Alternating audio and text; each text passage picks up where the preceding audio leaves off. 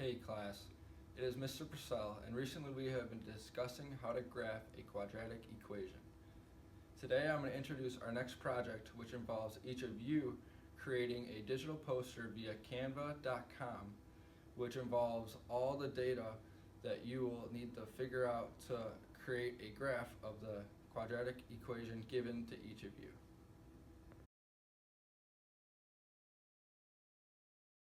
Hello class, Mr. Purcell is back, and I'm going to walk through an example of what I want you guys to put together for your digital poster for the quadratic function project. Quadratic functions are located everywhere around us in everyday life.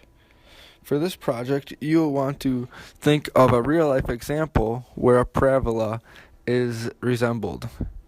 For my example, which is the arch, which is a monument in St. Louis, Missouri. Then you'll want to find the vertex of your quadratic function. You will find your vertex by plugging your x value of the axis of symmetry into your equation and getting your y, which will give you your vertex.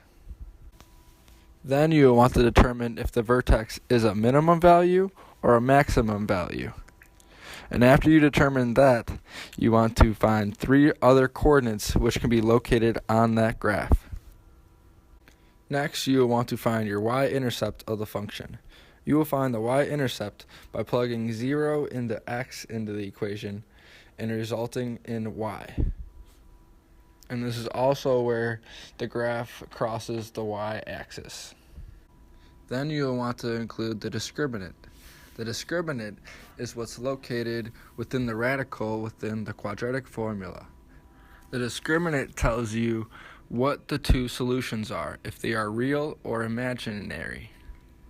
Finally, you want to find the solutions for your quadratic equation. You will use the quadratic formula, which is the opposite of b plus or minus the square root of b squared minus 4ac over 2a. This equation will give you the two solutions to your quadratic equation. Hey guys, now that everyone has their quadratic equation and the directions for the project, please be ready to begin the project tomorrow, and if you have any questions, please feel free to email me at kylepurcell@stfrancis.edu, and I'll see you in class tomorrow, guys.